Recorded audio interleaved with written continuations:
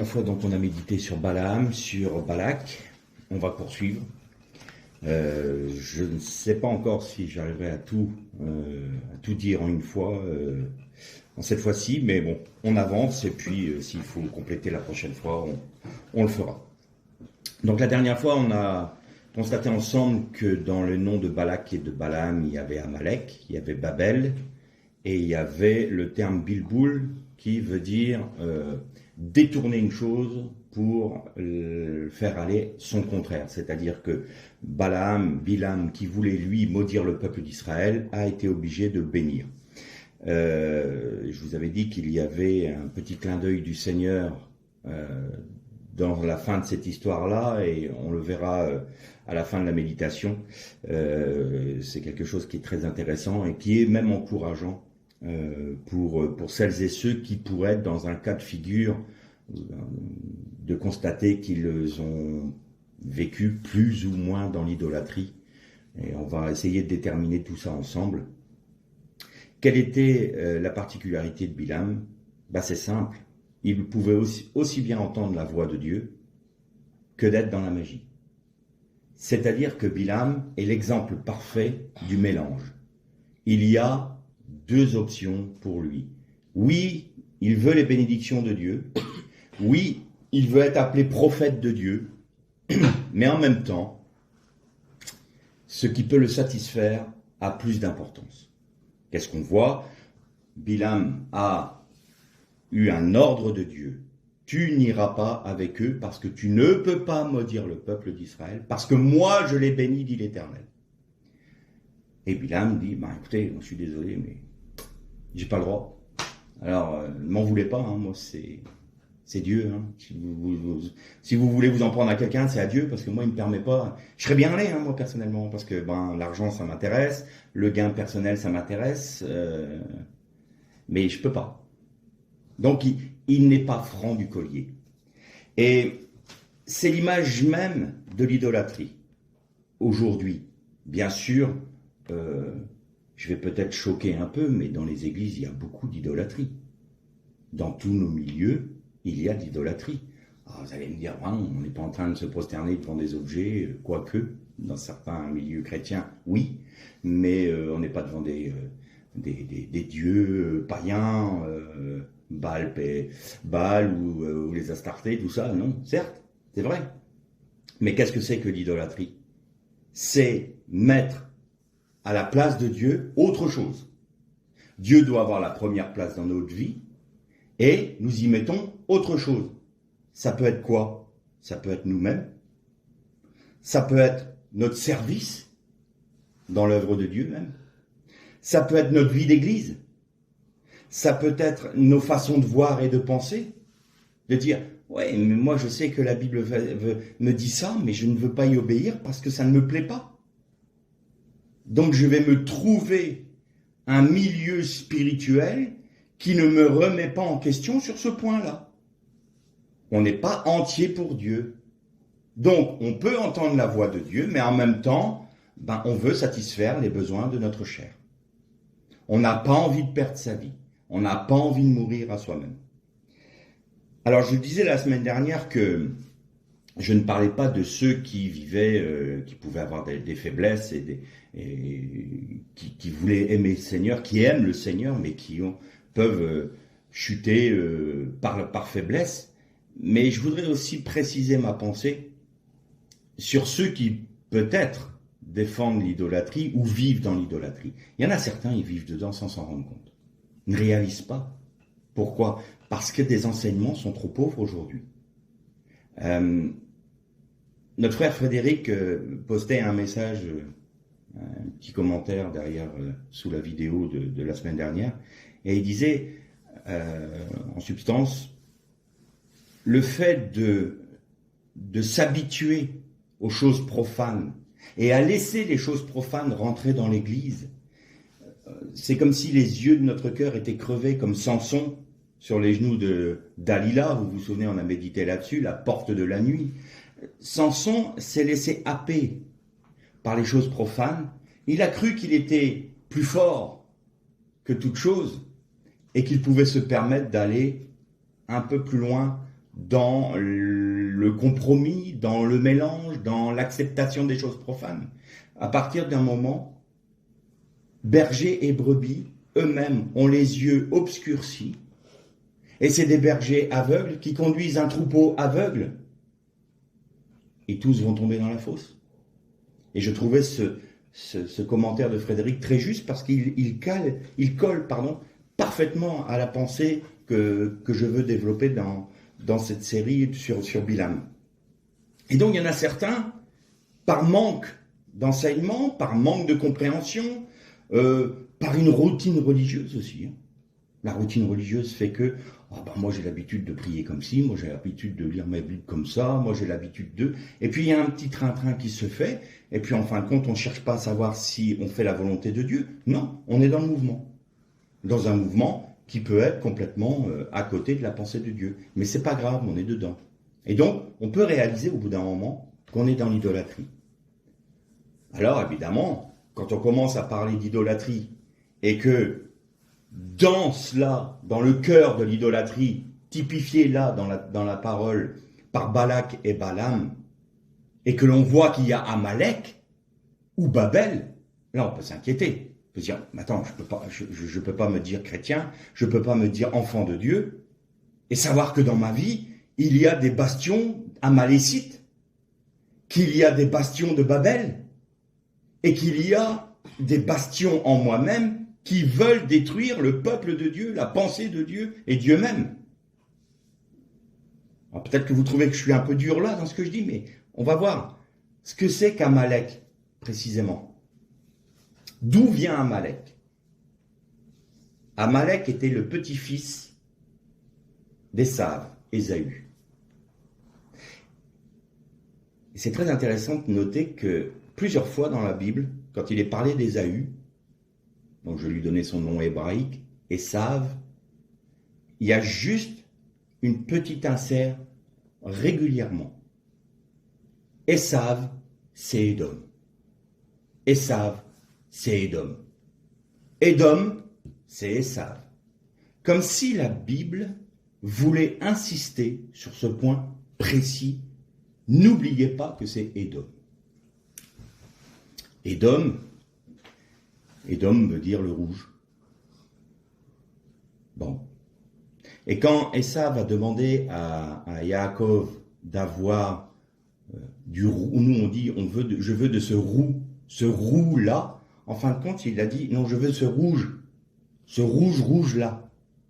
Dans le texte c'est ça qui est dit, pas un roux, pas des lentilles. Je veux ce rouge ici.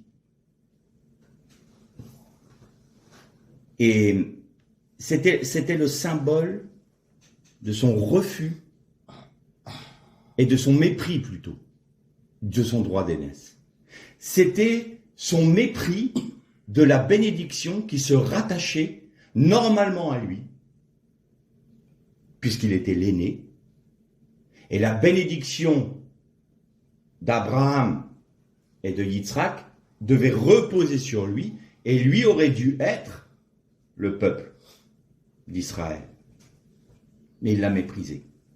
Pourquoi? Parce que c'était un homme, on dirait aujourd'hui, il passe son temps dans les salles de muscu, il va à la chasse, voilà, c'est un sportif, et puis moi les choses religieuses, ne m'intéressent pas, Dieu, non, j'ai d'autres choses à faire moi.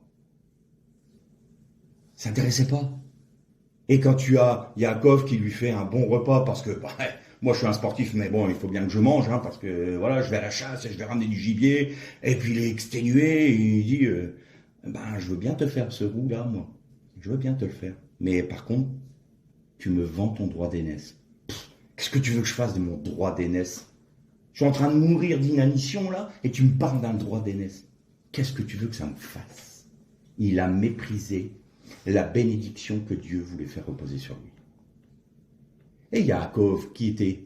C'était un gentil petit garçon? Non. Yaakov, ça veut dire le supplanteur ou le talonneur. Pourquoi? Parce que Yaakov tenait le talon de son frère quand il est né. Sous-entendu, je vais te piquer ta place. Et c'est le supplanteur. Yaakov, c'est le renard, c'est le roublard. Mais on finira avec Yaakov un peu plus loin. Là, on s'arrête sur Esav, qui est Édom. Il a méprisé son droit d'aînesse, il a méprisé la bénédiction de Dieu sur sa vie. Et puis, vous connaissez toute son histoire, il réalise tout d'un coup que Yaakov a apporté la bénédiction sur, pas Yaakov, Yitzhak, a apporté la bénédiction sur Yaakov qui lui revenait.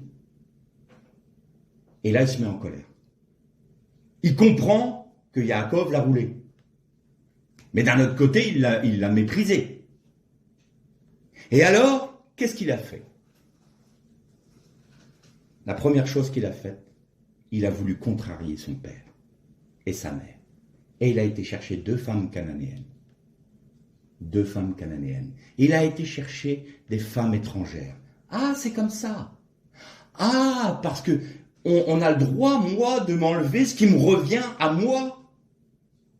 Alors, puisque ça comme ça, et que je sais que dans la loi de nos pères, on n'a pas le droit d'aller chercher des femmes étrangères, je vais y aller. Tiens, je te fais un beau pied de nez, Yitzhak. Je te fais un beau pied de nez, Rivka. Maintenant, qu'est-ce que vous allez faire avec mes femmes? Vous êtes bien obligés de les accepter. Et la Bible nous dit, et elles apportèrent beaucoup de soucis dans la maison de Yitzhak et de Rivka. Il est venu apporter le trouble dans la maison de Yitzhak et de Rivka. Il est allé chercher sa cananéenne parce qu'il était fâché, parce qu'il n'avait pas ce qu'il voulait. Je fais une parenthèse maintenant. Seigneur, bénis-moi. Seigneur, donne-moi ça. J'ai envie de ça. Seigneur, je t'en supplie. Je te prie, j'implore pour que je puisse avoir telle chose, une place dans l'église. Ou... Beaucoup font ces prières-là. Puis le Seigneur dit, non, non, c'est pas ma volonté. Ah, c'est pas ta volonté. Ah, tu veux pas me bénir. Ah, je vais aller chercher ma cananéenne alors. Puisque c'est comme ça, je vais prendre cette décision-là et je ne m'occupe pas de savoir si ça te plaît ou pas. Moi, j'ai décidé que j'allais dans ce chemin-là. Ça, c'est l'idolâtrie. Ça peut se placer au niveau d'une église. L'église, Seigneur, bénis-nous, nous voulons des membres et tout ça, nous voulons avoir du succès, nous voulons avoir ton œuvre qui grandisse et tout ça. On veut des bâtiments comme ci, on veut tel matériel de sono, de cinéma, que sais-je encore. Hein. Non, non. Distribuez vos biens aux pauvres. Quoi? Mais non. Où est-ce qu'on ira? On fait des cultes dans un garage, on va pas continuer tout le temps. On va nous mépriser. Ah, moi, je suis pas d'accord. C'est pour ta gloire qu'on travaille, Seigneur. Non, non. C'est pas ma volonté. Ne méprisez pas le temps des petits commencements. Ah, mais j'en veux pas, moi, Seigneur. Ça m'intéresse pas. Moi, je veux être pasteur dans une grande église. Je veux être reconnu, moi. J'ai envie qu'on puisse me voir et me dire « Ah, pasteur, comme votre message, il est beau. Ah, ça nous a fait tellement de bien. » C'est ça que je veux, moi, Seigneur. Bilam. Vous entendez Bilam derrière? Seigneur dit non, je ne permettrai pas ça parce que c'est pas ma volonté. Ah bon? C'est pas grave. J'irai chercher les financements ailleurs.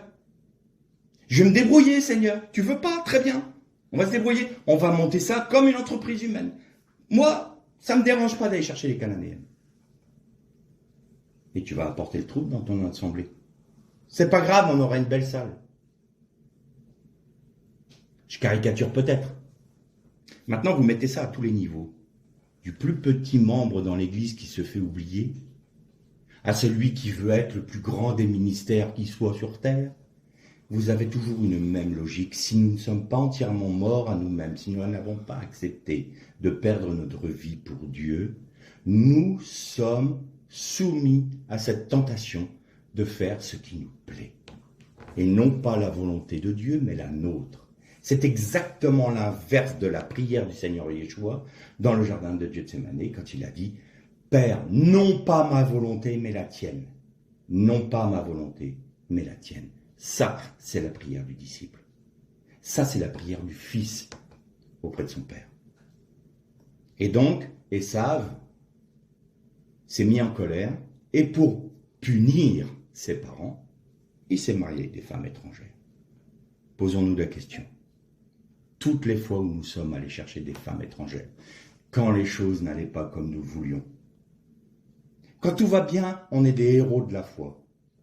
Oh Seigneur, je te bénis. Moi, Dieu, il m'a béni, il a fait ça, puis là on témoigne et tout va très bien, tout est merveilleux. Et puis quand ça va plus du tout, quand ça cadre pas avec nos pensées, quand on a des épreuves qui nous tombent dessus, on dit mais Seigneur, comment ça se fait? Comment ça se fait que tu permets ces épreuves dans ma vie? C'est pas possible. Est-ce que tu crois que Dieu dirige toute ta vie? Oui, je le crois, mais c'est plus facile à croire quand tout va bien. Est-ce que tu crois que là, l'épreuve dans laquelle tu es là, c'est permis par moi pour que tu apprennes? Alors de deux choses l'une, il y a deux attitudes. Si on dit Seigneur, je me prosterne devant toi et je reconnais que ta main est derrière toutes les circonstances de ma vie, et donc je te demande de m'ouvrir les yeux, de me faire comprendre quelle est la leçon que je dois apprendre dans cela. Est-ce que je dois plus me confier en toi? Est-ce qu'il y a des choses qui vont se sortir de ma vie, que je vais voir, être mis à la lumière par le Saint-Esprit de manière à ce que je te les délaisse pour qu'ils meurent à la croix? Est-ce que c'est parce que tu veux te glorifier à travers moi, sans que je me rebelle et que je me révolte? Seigneur, c'est quoi la leçon? Mais quoi qu'il en soit, je m'incline, non pas à ma volonté, mais à la tienne. Le disciple, le fils. Ou alors vous avez l'autre. Non, moi je suis pas d'accord. Si tu ne me délivres pas, j'irai chercher une femme étrangère, je te préviens. Et je jette la pierre à personne, j'étais un champion du monde là-dedans. Un jour, ma Bible, je l'ai jetée par la fenêtre. Parce que le Seigneur ne faisait pas ce que je voulais moi. Et ça calait pas avec ma petite pensée à moi. Donc je ne suis pas en train de pointer le doigt sur quelqu'un d'autre, je pointe le doigt sur moi-même. Oui, j'ai jeté ma Bible par la fenêtre. Pas glorieux. Ça, c'est Esav. Je vais aller chercher une femme étrangère. Puisque c'est comme ça, je vais aller me saouler, tiens. Puis je vais faire ça. Ça te plaît pas? Tant mieux. Ça peut être plein de choses d'autres. Ah, c'est vrai que tu m'avais dit que tu voulais pas que je prenne ce travail-là. Eh ben, on va voir. Bon, il m'a préparé une meilleure place. Je vais avoir un meilleur salaire. Si tu crois que je vais t'obéir. Tu veux pas me bénir? Parfait. T'occupe pas, Seigneur. Ça, c'est partie de ma vie. Tu t'en mêles pas. C'est à moi. On prend des décisions. On prend des décisions parfois folles. Des décisions qui vont nous engager dans des chemins de souffrance. Plus grande encore. Pourquoi? Parce que les femmes étrangères ont apporté le trouble dans la famille. Et tout ça parce que nous avons un cœur rebelle et un cœur idolâtre, parce qu'on veut satisfaire notre propre chair, on veut rester des bilames. Et qu'est-ce qu'on fait rentrer? Qu'est-ce qu'on fait rentrer dans la maison? Des Cananéennes? Ah, oui. Ah, des Cananéennes. Esav a eu un fils avec Ada, une des femmes cananéennes. Il s'appelait Éliphaz. En français, on va dire Eliphaz. Et ce brave monsieur-là vivait dans la débauche, pas tout. Donc il a eu une fille avec une femme qu'il avait plus ou moins, entre guillemets, piqué à un roi Étien, je crois, de mémoire. Et puis non content d'avoir... est-ce qu'il l'a violée ou non? Enfin, quoi qu'il en soit, il a été avec elle. Après, il a pris sa fille comme concubine, la jeune Timna. Et Timna lui a donné un fils. Et ce fils s'appelait Amalek.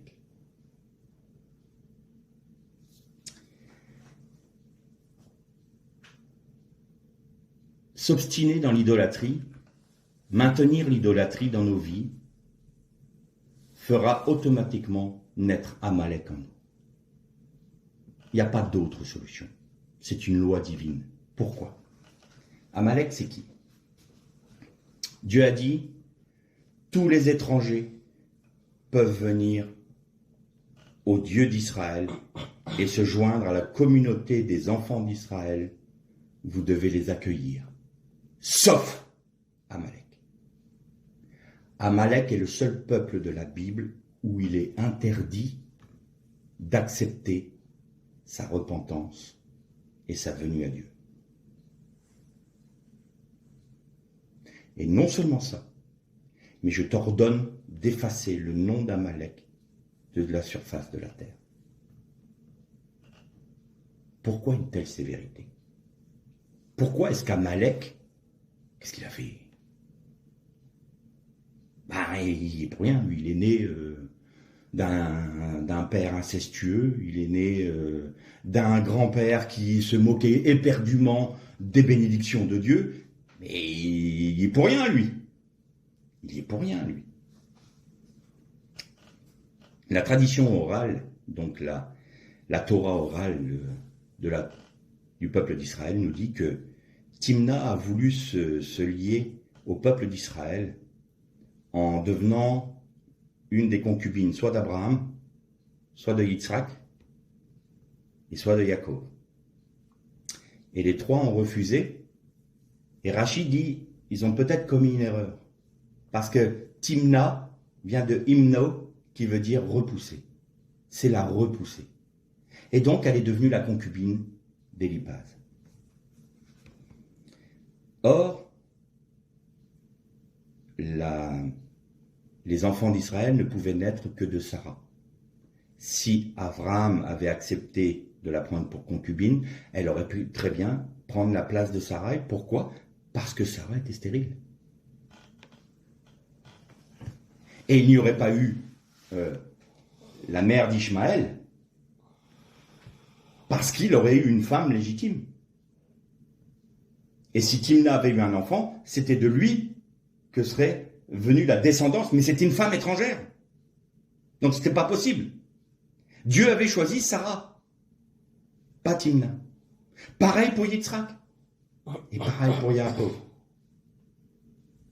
Et donc du coup, Timna a amené Amalek. Les sages d'Israël disent que Timna était sincère dans sa volonté de se convertir au judaïsme, mais qu'elle voulait bien les bénédictions, elle voulait bien les promesses de Dieu, elle voulait bien la terre qui était promise, mais le peuple, ça ne l'intéressait pas. Pas son peuple.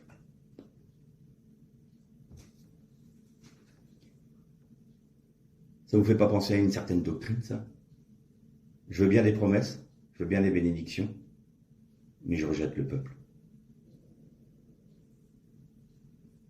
Oui, la substitution. On veut bien de la terre d'Israël. On veut bien des promesses de Dieu à Israël. Mais on ne veut surtout pas le peuple d'Israël. Non, parce que le peuple d'Israël, c'est nous. Ça aussi, c'est Bilam. Parce que Bilam, il voulait être le prophète de toutes les nations, même d'Israël. Il voulait être le seul prophète. Il voulait prendre les promesses d'Israël pour les amener à lui. Et comment il pouvait faire ça? Il fallait maudire le peuple, il fallait qu'il meure. Donc pour pouvoir être le prophète de toutes les nations, Israël compris, eh bien il fallait que Balak puisse détruire le peuple. Il fallait que Bilak, celui qui frappe, puisse frapper. Et donc je te donne un conseil pernicieux. Amène la débauche dans le peuple et ils perdront la protection de Dieu. C'est ça, c'est Bilam. C'est la substitution, c'est se substituer au peuple choisi par Dieu. Alors que Dieu n'a dit, je ne veux pas vous substituer à mon peuple, je veux vous rattacher à mon peuple en Jésus-Christ. Pourquoi je parle de nous comme ça, là? Des chrétiens, des nations. Parce que Esav, c'est Édom. Et Édom, chez les Hébreux, chez les Juifs, c'est Rome. Et par extension, c'est l'Occident chrétien. Christianisé, pas chrétien. Faut pas charrier non plus. On n'a jamais été chrétien. L'Occident n'a jamais été chrétien. Il a été christianisé. Et au nom du christianisme, entre guillemets, on a perpétré des horreurs. On a fait des guerres. On a soumis des peuples. On a volé des pays. On a volé des territoires. On a détruit des civilisations. Il suffit de regarder les réserves des Indiens d'Amérique. Là où l'occidental passe, on veut les civiliser. Il y a des moments où il faut faire aussi notre mea culpa. Et donc, pour un juif, l'occidental, les occidentaux, sont ceux qui ont voulu les détruire. les pogroms, les martyrisations permanentes pendant le Moyen-Âge, Rome qui les mettait à mort, le nazisme, la Shoah, ça vient d'où? C'était pas au Pérou, hein. C'était pas en Chine, c'était pas au Japon, ni en Afrique. Ah oui, c'était en Europe. Tout ça s'est passé en Europe. Et donc, Édom, c'est nous. Esav, celui qui veut prendre la place. Parce que Amalek veut prendre la place du peuple de Dieu. Et Amalek, il y a une autre signification aussi. Parce que vous allez voir que Amalek, je vous l'avais dit la dernière fois, c'est la concrétisation physique dans notre dimension des puissances spirituelles des ténèbres, sataniques, diaboliques et démoniaques. Qu'est-ce qui me fait dire ça? Dans un passage de la Bible, je vais essayer de vous retrouver la référence, on ne va pas lire tous les textes parce qu'autrement ça serait trop long, il me semble que c'est dans Exode 17 au verset 16, Dieu dit « Amalek s'est élevé contre le trône de l'Éternel ». Quoi? Amalek s'est élevé contre le trône de l'Éternel? Comment ça? Eh bien, vous reprenez Ézéchiel 28, verset 12 jusqu'au verset 19, et vous avez la prophétie que Dieu donne à son prophète Ézéchiel sur le prince de Tyr. Toi, chérubin protecteur. Et là, en fin de compte, il y a un glissement d'un obscur prince que personne ne connaît. En plus, ce Tyr était vraiment quelque chose de... C'était une petite ville, un petit royaume, on dirait Monaco aujourd'hui. Aucune influence au niveau international. On ne voit pas pourquoi Dieu dit qu'il était chérubin protecteur si grand. Je dis, mais non, c'est pas possible. Il aurait pris le roi d'Égypte, on aurait pu comprendre. Il aurait pris, je ne sais pas quelle autre nation babylonienne, on aurait compris. Mais là, un obscur prince, et tu dis, t'es un chérubin protecteur, t'étais au-dessus de tous, ta beauté était immense.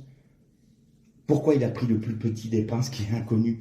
Parce que Dieu ne voulait pas prophétiser sur cet homme-là. Mais il était en train de nous révéler qui était Lucifer, qui est devenu le Satan.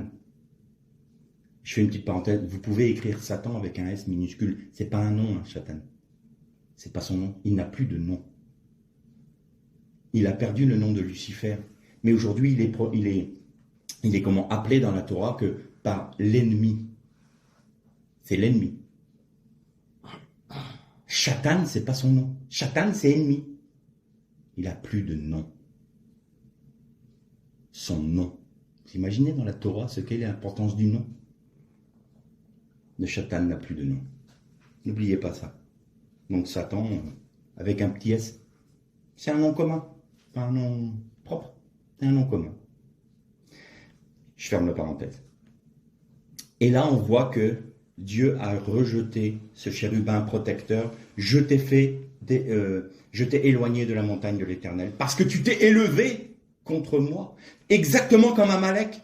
Amalek, Dieu est en train de nous dire, c'est l'expression de ce chérubin qui est déchu avec toutes ses armées, qui vient s'incarner, qui vient inspirer, qui vient essayer de détruire dans notre dimension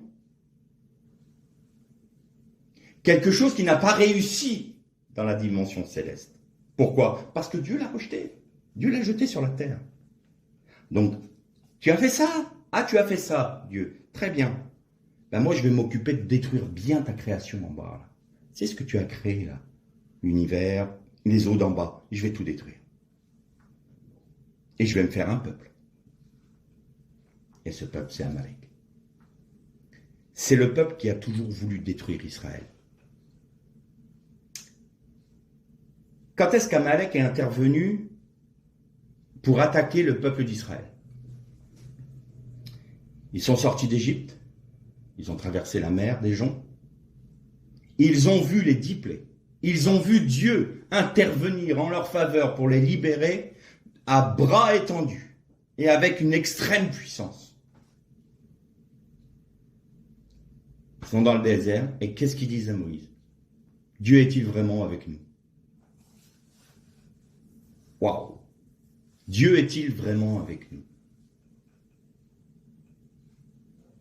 J'arrête là pour l'instant et je fais une autre parenthèse. On va paraphraser. Dieu nous a sauvés. En Jésus-Christ, il nous a apporté le salut comme un cadeau gratuit. On sait ce qu'il a fait pour nous. On sait ce qu'il a dû payer, le prix de son sang pour que nous ayons la réconciliation avec le Père. Et combien de fois on dit: tu m'aimes vraiment, Dieu? Seigneur, tu m'aimes vraiment? Tu es vraiment avec moi? Je peux vraiment compter sur toi? Et là on se dit: mais attends, réfléchis. Il n'a même pas attendu que tu lui demandes pardon. Il y a 2000 ans, il est mort sur une croix pour que toi, aujourd'hui, tu puisses lui dire: j'ai le salut en Jésus-Christ et c'est un don gratuit. Et tu demandes si Dieu t'aime et si Dieu est avec toi.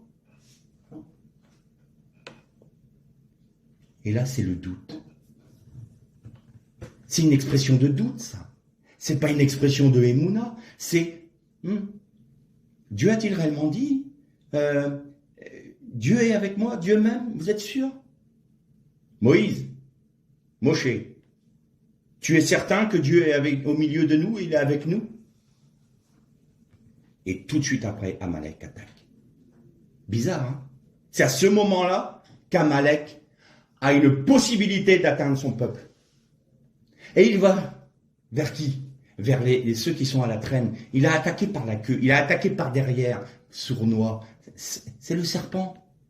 C'est le chatan qui vient, qui attend le moment de faiblesse et qui vient frapper. Au moment où tu t'y attends le moins, au moment le plus opportun. Ça nous fait penser à Jésus dans le désert qui se fait tenter.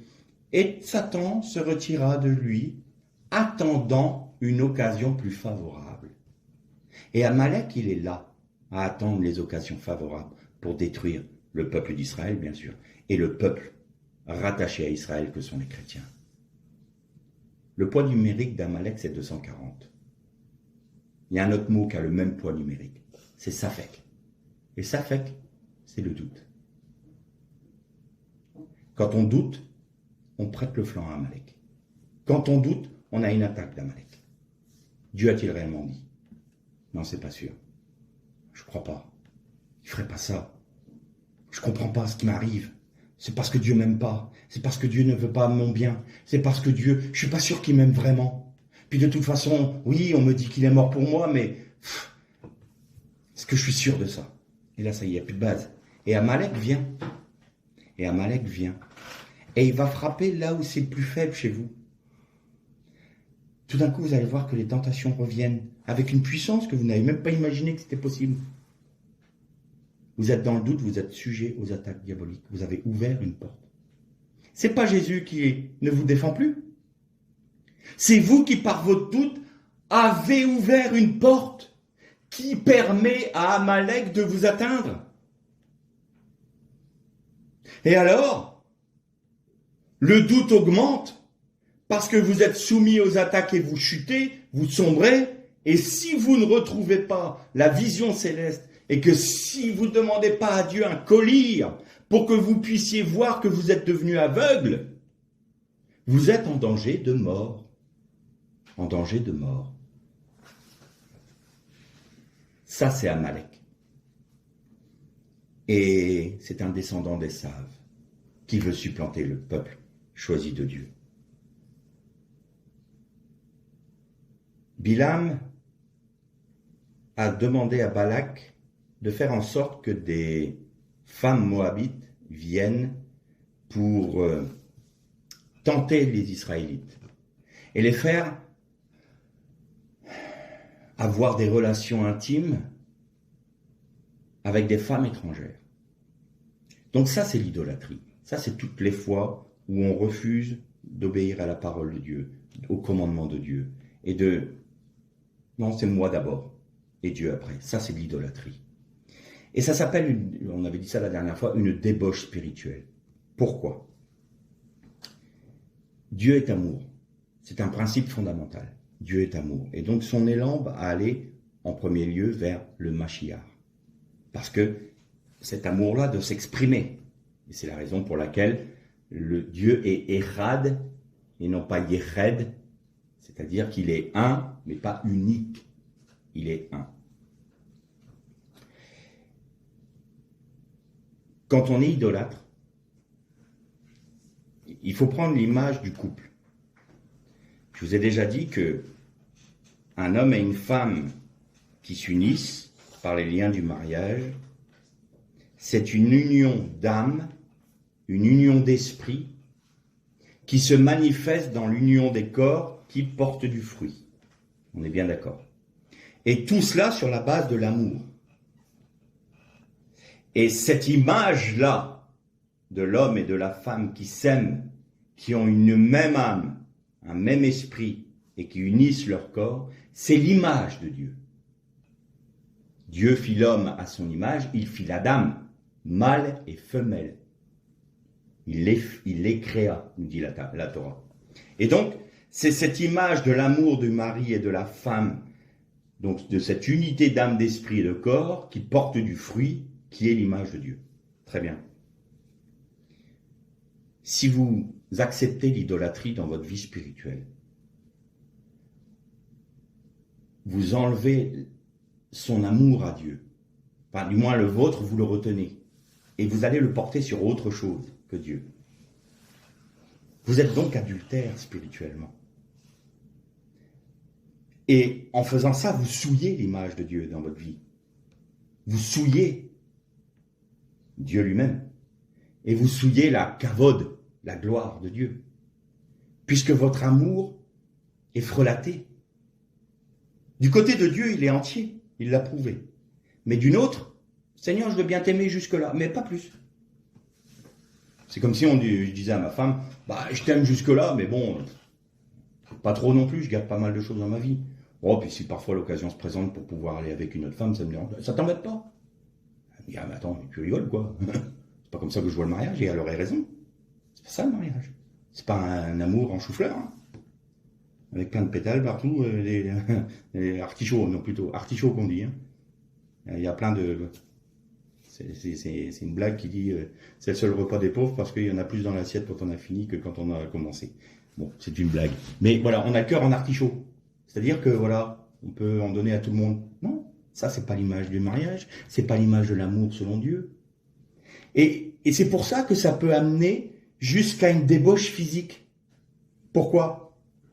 Mais parce que la réalité spirituelle, qui est la véritable réalité de vie, si on y touche, et si on permet que l'idolâtrie et que la débauche spirituelle restent dans notre vie, pourquoi pas aller plus loin après? Vous imaginez que Satan, lui, il va se contenter de ça? Non, il veut que vous alliez encore plus loin. Parce que s'il peut amener le trouble dans l'église, s'il peut amener le trouble dans votre foyer, s'il peut amener le trouble pour détruire votre couple, votre foyer, votre famille, votre église, il va pas se priver.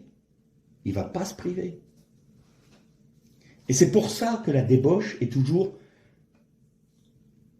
l'atteinte à la gloire de Dieu et l'atteinte à l'image de Dieu. Et je vous avais dit que Bilam, il a été tué dans un combat contre Israël par un homme qui s'appelle Pinchas. Et Pinchas, alors vous allez dire dans vos Bibles, c'est Phinéas. Mais c'est Pinchas. Et là, cet individu-là, il est intéressant. C'était le petit-fils d'Aaron. Mais il n'était pas prêtre. Il n'était pas Cohen. Parce qu'il était né quand la prêtrise a été donnée à Aaron et à ses fils. Et lui, il ne l'était pas. Et quand il y a eu l'affaire des Moabites qui sont venus pour séduire les Israélites et les amener dans la débauche, qu'est-ce qu'il a fait, Pinchas?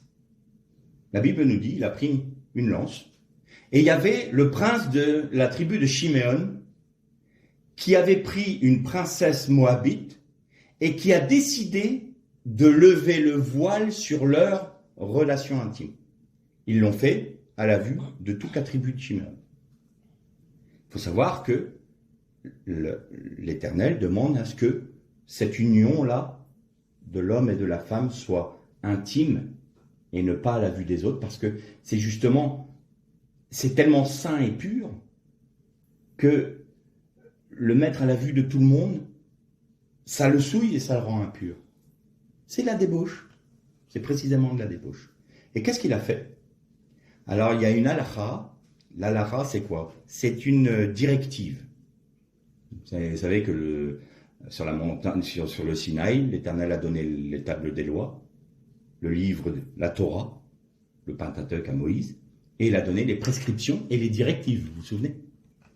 Donc c'est une directive. Et il y en a une halakha qui dit, si tu vois un juif consommer une action avec une femme étrangère à la vue de tout le peuple, souillant ainsi le peuple, tu as le droit de la mettre à mort, mais sur le moment. Avant, tu n'as pas le droit. Après, tu n'as pas le droit. Et si jamais l'homme te voit, se retourne et te tue, il ne sera pas condamné parce que c'est de la légitime défense. Donc c'est très restreint. Et donc Pinchas, qu'est-ce qu'il a fait? Il a risqué sa vie. S'il avait frappé ce prince de Chiméon trop tôt, on avait le droit de le mettre à mort. Et on devait le mettre à mort parce qu'il a tué un juif. S'il l'avait fait après, pareil. Si le prince s'était retourné et l'avait tué, il n'était pas condamné. Et qu'est-ce qu'il a fait, nous dit la Bible? Pendant qu'ils étaient en train de faire... Et c'est pour ça que c'est à ce moment-là qu'il a frappé, à cause de cette halakha-là. Parce qu'on pourrait se dire, attends, il aurait pu attendre, voilà, et puis il va le voir, puis il le tue, quoi. Non, non, non. S'il l'a fait à ce moment-là, et il a frappé dans le bas-ventre des deux, et il les a transpercés tous les deux, et tellement engagé dans son action pour la gloire de Dieu, qu'il a même porté les deux corps sur sa lance pour les sortir de la tente, qui était visible de tout le monde. Tout le monde était là. Pinchas peut dire deux choses. Ça peut être Pnei Chaim, c'est le visage de la vie. Vous avez un P, un Nun, un Yod, un Resh et un Shin. Pinchas. Et pourquoi le visage de la vie? Parce que c'est cet acte-là qui a sauvé le peuple d'Israël. Dieu a dit, puisque Pinchas a fait cela pour ma gloire, alors je laisse la vie, le visage de la vie, au peuple d'Israël. Et exceptionnellement, c'est l'Éternel lui-même qui a institué Pinchas comme étant Cohen. Et la bénédiction a duré parce que il y a eu 380 Kohanim Gadolim, donc grands prêtres issus de Pinchas. 380 sur toute l'histoire d'Israël. C'est de lui qui a eu le plus grand nombre de grands prêtres dans toute l'histoire d'Israël. Parce qu'il a lutté contre Dieu. Mais on peut avoir un autre mot aussi ici. Ça peut être la bouche du serpent. P. Nachesh. Ou Neches. Mais ça, on peut retrouver cette forme-là, oui, et ça veut dire Nachash, ça veut dire serpent aussi. Pourquoi la bouche du serpent? C'est lui qui a tué Bilam, qui a transpercé Bilam de son épée. C'est lui qui a mis à mort un prince d'Israël idolâtre et débauché. On s'imagine toujours qu'en allant chercher la cananéenne, on s'imagine toujours qu'en rejetant ce que Dieu nous commande, on va s'en sortir. Et puis on peut laisser.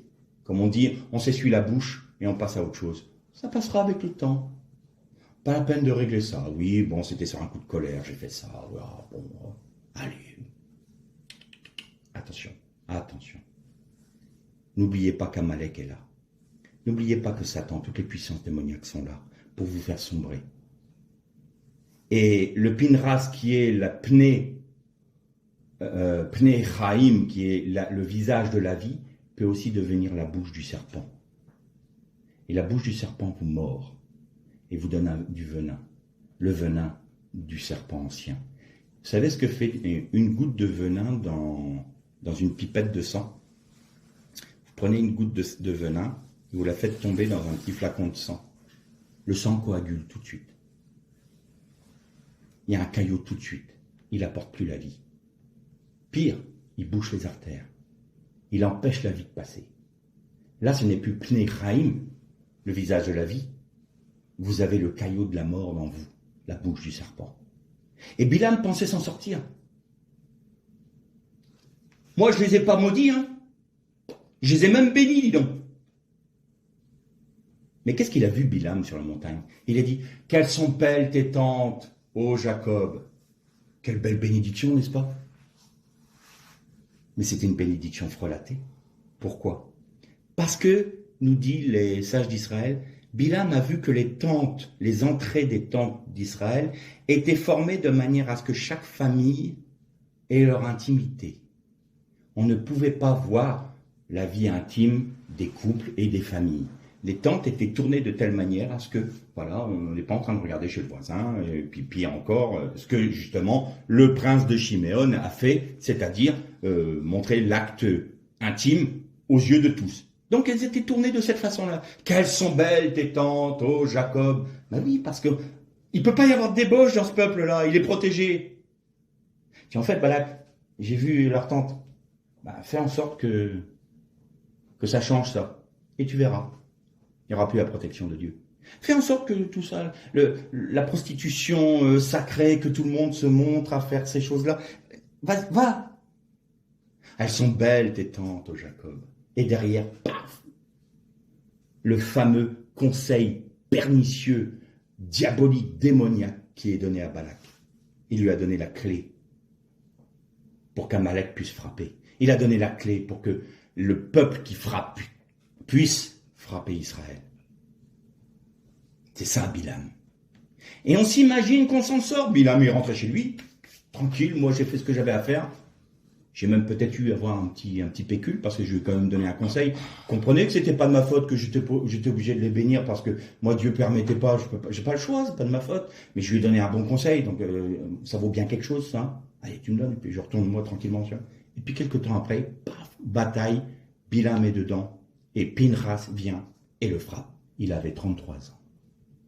Et certains groupes religieux juifs qui détestent les chrétiens à cause de tout ce qu'ils ont subi, comparent Jésus à Bilam parce qu'ils sont morts à 33 ans tous les deux. Ça, c'est pour la petite histoire. Et donc, de laisser Esav engendrer Amalek en nous, voilà le danger que ça apporte. Et là, je vais juste faire une parenthèse eschatologique. Esav s'est marié donc avec 2 Cananéennes, et la Bible nous dit, et il vit que cela contraria son père. Et donc Esav n'avait qu'une envie, c'était de détruire Jacob. En détruisant Jacob, il détruit le peuple de Dieu, il détruit Israël. Alors il prit une autre femme. Il se mit en alliance avec un autre personnage, Ishmaël. Il a pris la fille d'Ishmaël comme épouse. Esav d'aujourd'hui, l'Occident, s'allie à l'islam pour détruire Israël. L'histoire se répète. L'histoire se répète. C'est l'Occident, christianisé, on va dire, qui s'allie avec Ishmaël pour détruire Jacob. Mais là, Dieu jugera. Et c'est Dieu qui mettra un terme à tout ça. Parce que en leur sein aussi se trouve Amalek. Gog et Magog. Là aussi, c'est Amalek qui revient. Tout comme il était revenu du temps d'Aman et d'Esther, tout comme il est revenu du temps d'Hitler et du nazisme. Je vous ai parlé de Julius Streicher. Mais Vous savez qui a donné le titre de Mein Kampf? Parce qu'au début, c'est Hitler, il était aussi mauvais écrivain qu'il était peintre. Enfin, il n'était pas doué en rien, pas en grand chose, si ce n'est qu'il avait les puissances amalécites pour lui, pour arriver là où il en est arrivé. Parce que d'un petit caporal, il est devenu le fureur de tout un peuple, puis qui a amené 6 millions de juifs à être massacrés. Et il avait écrit un titre, mais c'était une 4e de couverture, quoi, le titre. Hein. Il était tellement grand que l'éditeur, il a dit, bah non, c'est pas possible, c'est indigeste. Je vais prendre quelque chose de plus percutant. Il a mis Mein Kampf. Et cet homme s'appelait Haman. Il était là, Haman. Et c'est lui qui a, entre autres, réécrit Mein Kampf en gardant les idées, mais en tournant les phrases de manière à ce que ça puisse être plus lisible, plus digeste, parce que Hitler n'était pas doué. Et cet homme, l'éditeur, ami intime d'Hitler, s'appelait Haman. C'est le fruit du hasard. La prochaine fois, on apportera la solution que Dieu nous donne contre Amalek, les Amaleks de nos vies, contre les Bilam de nos vies. Il va nous faire comprendre quelle était l'action de Pinchas. Et si on réalise qu'Amalek est dans nos vies, si on réalise que nous avons prêté le flanc à Dalila, la porte de la nuit, en laissant des choses profanes rentrer dans nos vies, rentrer dans nos églises, il n'est pas trop tard. Il n'est pas trop tard parce qu'aujourd'hui encore un temps de grâce. Et il faut simplement venir au pied du Seigneur en disant, Seigneur, j'ai été chercher mes femmes étrangères. J'ai rejeté ta volonté. Même dans les détails de nos vies, Seigneur, je vais être entier pour toi. Parce que mon amour pour toi, je veux qu'il soit total et entier. Non pas ma volonté, mais la tienne. Je ne suis pas en train de vous dire que vous êtes capable de le faire et que nous sommes capables de le faire. C'est vrai, on n'est pas capable, parce qu'on est charnel. Mais, par la puissance du Saint-Esprit, nous avons cette capacité d'être animés par la vie du Christ qui a été placée en nous. Et à ce moment-là, c'est cette vie-là qui nous tend vers l'amour parfait pour le Père. Et il faut laisser cet amour du Christ en nous s'exprimer. Il faut juste qu'on dise au Seigneur, je le veux, je t'autorise à le faire. Et on est surpris de voir que le Saint-Esprit agit dans nos vies pour justement enlever les écorces qui enferment